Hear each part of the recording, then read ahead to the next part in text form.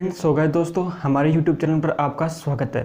तो दोस्तों, हम आज के पिछली वीडियोज़ में जान चुके हैं कि समुच्चय सिद्धांत की परिभाषा क्या होती है, समुच्चय को कितने रूप से बनाया जा सकता है। अब आज इस वीडियो में जानेंगे हम समुच्चय के प्रकार कितने होते हैं, यानी टाइप्स ऑफ सेट्स के बारे में जानेंगे।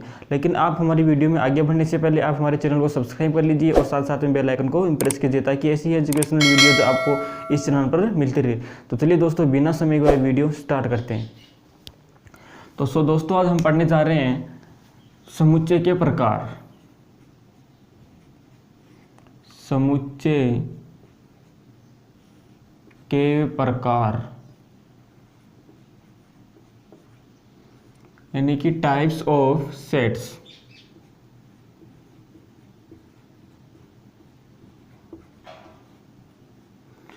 टाइप्स ऑफ सेट्स, समुच्चय के प्रकार। समुच्चय कितने प्रकार के होते हैं, कौन कौन से होते हैं, इसके बारे में चर्चा करेंगे। तो दोस्तों सिंपली समुच्चय वैसे तो 10-12 प्रकार के होते हैं, लेकिन वो उसमें कुछ छोटी छोटी परिभाषाएं भी होती हैं। यहाँ पर हम कुल मिलाकर 12 समुच्चय पढ़ेंगे, जिसमें फर्स्ट समुच्चय होगा रिक्त समुच्चय। पहला पढ़ेंगे हम रिक्त समुच्चय, या फिर इसको हम दूसरी इंग्लिश में बोलूँ तो इसको एम्प्टी समुच्चय। रिक्त समुच्चय या एम्प्टी सेट। अब देखो, रिक्त समुच्चय क्या होता है, यानी कि एक ऐसा समुच्चय जिसमें कोई भी अवयव विद्यमान नहीं हो, यानी कि उसमें क्या हो, शून्य अवयव विद्यमान हो, तो वो क्या कहलाएगा, रिक्त समुच्चय कहलाएगा। यानी कि एक ऐसा अवयव जिसमें एक भी अवयव विद्यमान नहीं हो, वो एक रिक्त समुच्चय कहलाएगा। और इसमें शून्य समुच्चय विद्यमान होने के कारण इसको शून्य समुच्चय भी कहते हैं। यानी कि ऐसा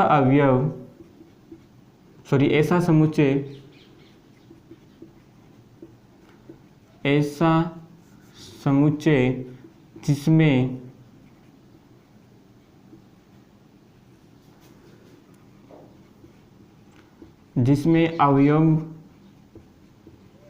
जिसमें एक भी अवयव विद्यमान नहीं हो, जिसमें एक भी अवयव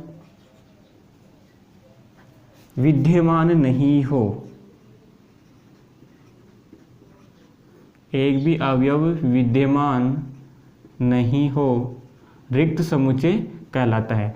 और इसमें एक भी अवयव विद्यमान न होने के कारण इसको शून्य समुच्चय भी कहा जाता है। जैसे एग्जाम्पल के लिए मैंने कह दूं, A is equal to x, that is x belongs to N,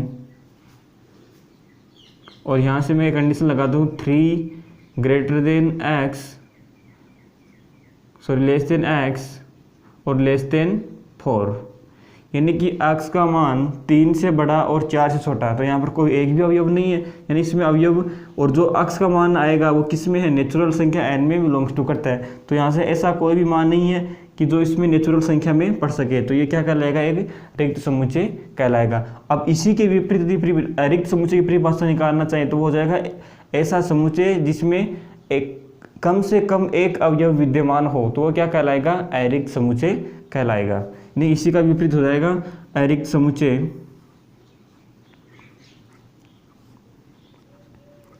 अरिक्त समुच्चय ऐसा अवयव जिसमें कम से कम एक अवयव विद्यमान हो, अरिक्त समुच्चय कहलाता है। तो इसका एग्जांपल देखें तब, A is equal to x, that is x belongs to N, और यहाँ से condition 3 less than x less than 5।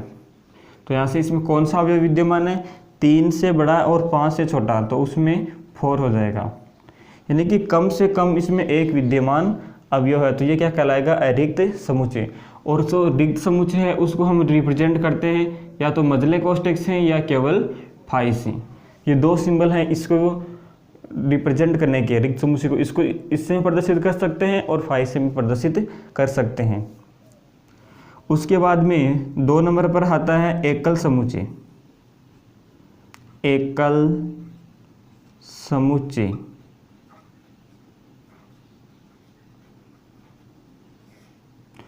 एकल समुच्चय कौन सा होता है, एक ऐसा समुच्चय जिसमें कम से कम एक अवयव विद्यमान हो। यानी कि इसमें एकल समुच्चय में कम से कम ये एक ही अवयव विद्यमान होना चाहिए, यानी कि ऐसा समुच्चय जिसमें केवल एक ही अवयव विद्यमान हो वे क्या कहलाता है, एकल समुच्चय कहलाता है। यानी कि ऐसा समुच्चय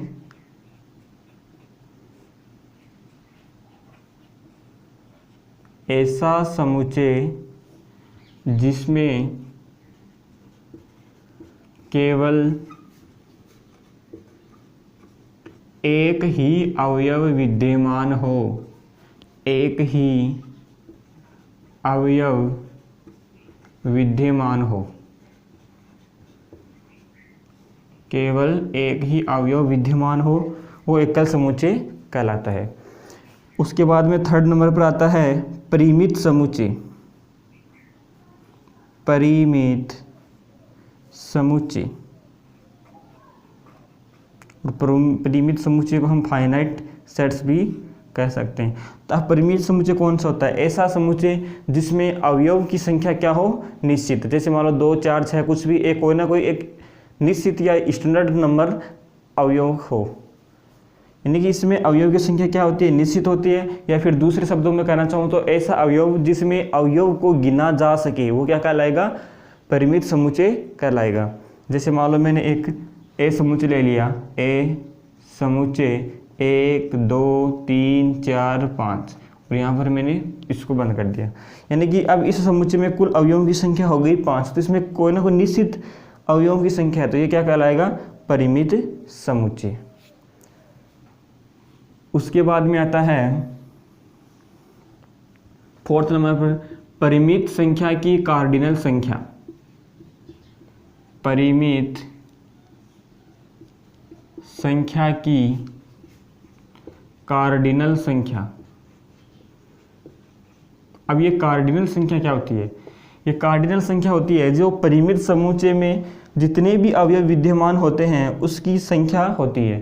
जैसे मान लो ये परिमित समुच्चय है तो इसमें अवयवों की संख्या कितनी है, 1, 2, 3, 4, 5 है। तो अब इस समुच्चय की कार्डिनल संख्या कितनी होगी, 5 होगी। और इसको रिप्रेजेंट करते हैं Na या OA, इससे इसको रिप्रेजेंट किया जाता है। जैसे समुच्चय आ गया एक A, 1, 2, 3, 4, 5, 6, 7। तो अब इसमें अवयवों की संख्या कितनी है, 7। तो यहाँ से मैं इसकी कार्डिनल संख्या कितनी हो जाएगी, N ऑफ A = 7। यह कहलाएगी परिमित संख्या की कार्डिनल संख्या। उसके बाद में आता है अपरिमित समुच्चय।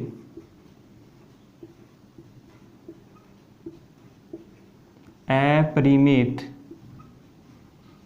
समुच्चय, तो इसकी परिभाषा होगी ऐसा समुच्चय जिसमें अवयवों की संख्या इनफाइनाइट हो, यानी जिसको हम गिन नहीं सकते, वो क्या कहलाएगा, अपरिमित संख्या कहलाएगा।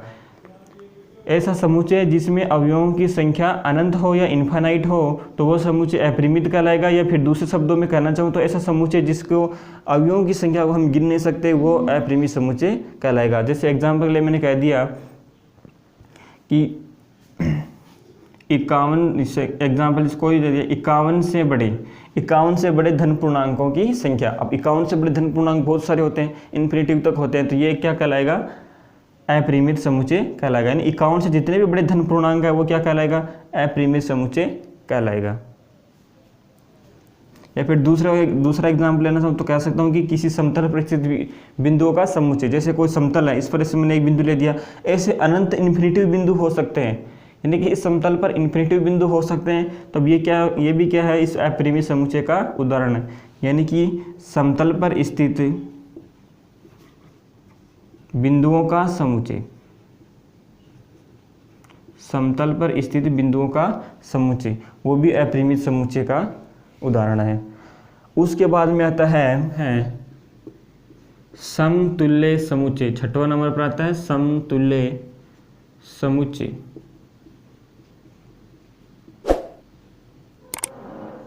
अब ये समतुल्य समुच्चय क्या होता है कि समतुल्य समुच्चय एक ऐसा परिमित समुच्चय, यानी दो परिमित समुच्चय हैं A और B, यदि उन दोनों परिमित समुच्चयों की कार्डिनल संख्या समान है तो वो समुच्चय क्या कहलाएगा, समतुल्य समुच्चय। यानी कि ऐसा समुच्चय,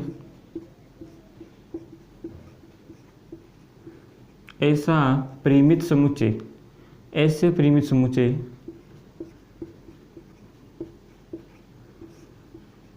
ऐसे परिमित समुच्चय जिसमें दोनों की कार्डिनल संख्या समान हो, दोनों की कार्डिनल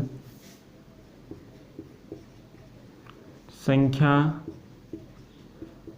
समान हो तो वह समतुल्य समुच्चय कहलाते हैं। जैसे मान लो मैंने एक समुच्चय ले लिया a इज इक्वल टू 1 2 3 4 और दूसरा समुच्चय ले लिया मैंने b इज इक्वल टू 5 6 7 8। अब यदि मैं इन दोनों समुच्चयों की कार्डिनल संख्या निकालूं n ऑफ a और n ऑफ b, तो इसकी कार्डिनल संख्या कितनी है, कितने समुच्चय 4 हैं, तो इसकी कार्डिनल संख्या 4 और इसकी भी कार्डिनल संख्या 4 है। तो यहाँ से दोनों n of a is equal to n of b दोनों इक्वल हैं, तो ये दोनों क्या कहलाएंगे, समतुल्य समुच्चय कहलाएंगे। तो दोस्तों आज के लिए इतना ही।